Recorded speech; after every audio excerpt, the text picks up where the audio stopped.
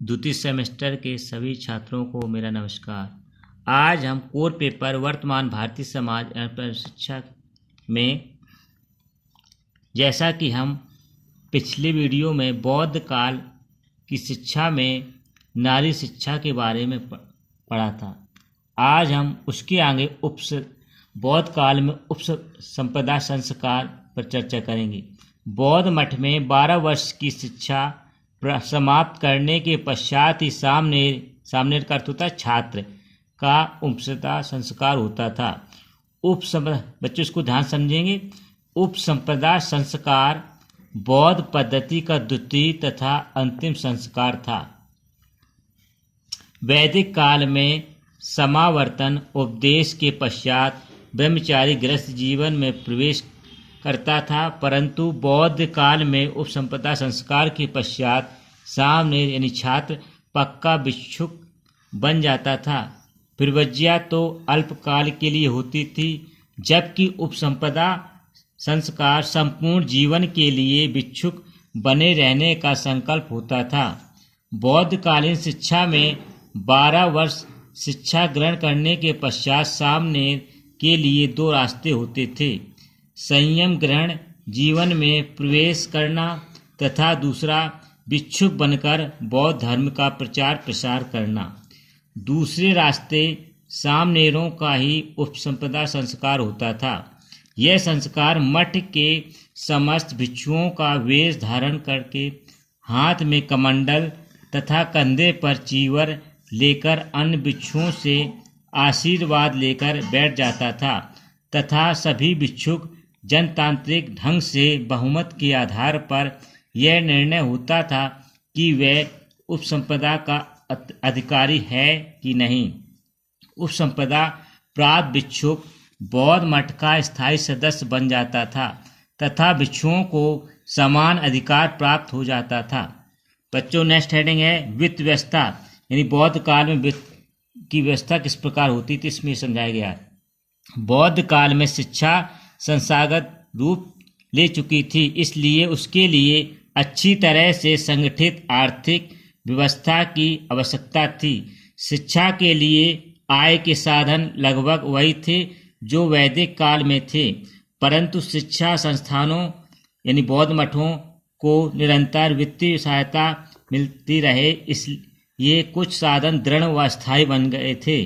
सामनेरों के भोजन, वस्त्र, आवास व चिकित्सा, अध्यापकों के वेतन, साहित्य सृजन इत्यादि बौद्धकालीन शिक्षा के प्रमुख मदे थे। तो यहाँ से आप लोगों के छात्रों जो बौद्ध काल की शिक्षा थी यहाँ पर पूर्ण होती है। अब सबसे पहले आप लोगों को हमने पढ़ाया था वैदिक काल की शिक्षा व्यवस्था, दूसरी पढ़ाई थी बौद्ध काल की शिक्षा व्यवस्था। अब तीसरी आती है आपको मुस्लिम काल की शिक्षा, यानी मुस्लिम काल में किस प्रकार की शिक्षा दी जाती थी इसके बारे में समझाया गया है। इसको आप लोग बच्चों ध्यान सुनेंगे। शिक्षा के उद्देश्य, यानी मुस्लिम काल में शिक्षा के क्या उद्देश्य रहते थे। मुस्लिम काल में भारतीय महाद्वीप में पूर्णतः नवीन संस्कृति का प्रचलन था, इसलिए इस काल की शिक्षा का उद्देश्य वैदकालीन व बौद्धकालीन शिक्षा के उद्देश्यों से पूर्णतः भिन्न था। उस मुस्लिम कालीन शिक्षा के उद्देश्य निम्नलिखित थे। इसमें पहले हेडिंग आती है बच्चों इस्लाम धर्म का प्रचार करना, यानी मुस्लिम काल की शिक्षा का जो पहला उद्देश्य था अपने धर्म यानी इस्लाम धर्म का प्रचार करना। इस्लाम धर्म के अनुसार इस्लाम को प्रचार प्रसार करना प्रत्येक मुसलमान का कर्तव्य तथा अत्यंत पुण्य का कार्य माना जाता था। इसी कारण मुस्लिम शासकों ने भारत पर शासन करने के दौरान इस्लाम धर्म का प्रचार व प्रसार करने में महत्वपूर्ण योगदान दिया। इस्लाम धर्म के प्रचार प्रसार में इस्लाम धर्म का सहारा लिया गया था। नेक्स्ट हेडिंग आती है बच्चों इस्लामी संस्कृति का प्रचार करना, यानी मुस्लिम काल की शिक्षा में इस्लामी धर्म का संस्कृति का प्रचार करना ये एक प्रमुख उद्देश्य था। मुस्लिम कालीन शिक्षा का दूसरा सबसे महत्वपूर्ण उद्देश्य इस्लाम धर्म के रीति रिवाजों, परंपराओं, सिद्धांतों तथा कानूनों को भारतीय समाज में फैलाना था। इसके अतिरिक्त मुस्लिम शासकों ने राजकीय कार्यों में भी मुस्लिम संस्कृति को आधार बनाया था, यानी इन लोगों ने अपने समय में इस्लाम धर्म का प्रचार किया और अपने रीति रिवाज सिद्धांतों कानूनों को भारतीय समाज में फैलाना शुरू किया। नेक्स्ट हेडिंग आती है बच्चों, मुसलमानों में ज्ञान का प्रसार करना। इस्लाम धर्म के अनुयायियों ज्ञान को निजात यानी मुक्ति प्राप्त करने का साधन मानते थे, इसलिए प्रत्येक मुसलमान को यथासंभव ज्ञान प्राप्त करना महत्वपूर्ण था, क्योंकि ज्ञान की प्राप्ति शिक्षा के द्वारा ही संभव हो सकती है। इसलिए मुस्लिम शिक्षा का एक प्रमुख उद्देश्य मुसलमानों में ज्ञान का प्रसार करना था, क्योंकि अगर मुसलमानों में ज्ञान का प्रसार नहीं होगा तो मुक्ति प्राप्त नहीं कर सकते हैं। इसका प्रमुख उद्देश्य था। नेक्स्ट हेडिंग आती है बच्चों, मुस्लिम शासकों को सुदृढ़ करना। यानी मुस्लिम काल में शिक्षा का एक प्रमुख उद्देश्य ये भी था जो मुस्लिम शासन है वो अपने शासन को सुदृढ़ करें। मुस्लिम शासकों ने शिक्षा को अपनी राजनैतिक स्वार्थ सिद्धि का साधन माना, यद्यपि ये शिक्षा का एक राजनैतिक उद्देश्य था। फिर शिक्षा के द्वारा लगभग सभी मुस्लिम शासकों ने अपने शासन को सुदृढ़ करने का प्रयास किया तथा ऐसे नागरिक भी तैयार करना चाहते थे जो मुस्लिम शासन का विरोध न करें। अतः मुस्लिम काल में शिक्षा का एक अन्य महत्वपूर्ण उद्देश्य मुस्लिम शासन को सुदृढ़ करना था।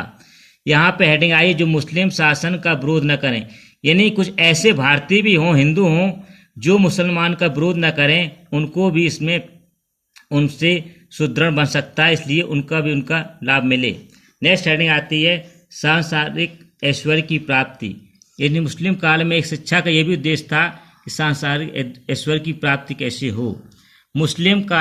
मुसलमान सांसारिक वैभव तथा ऐश्वर्य को अधिक महत्व देते थे।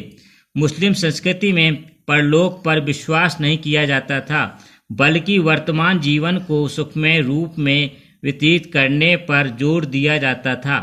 इसलिए शिक्षा को आध्यात्मिक विकास का साधन न मानकर भावी जीवन की तैयारी माना जाता है।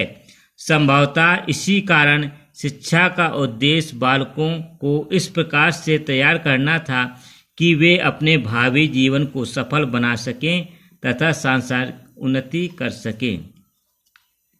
नेक्स्ट वीडियो में फिर से मिलेंगे, तब तक के लिए नमस्कार।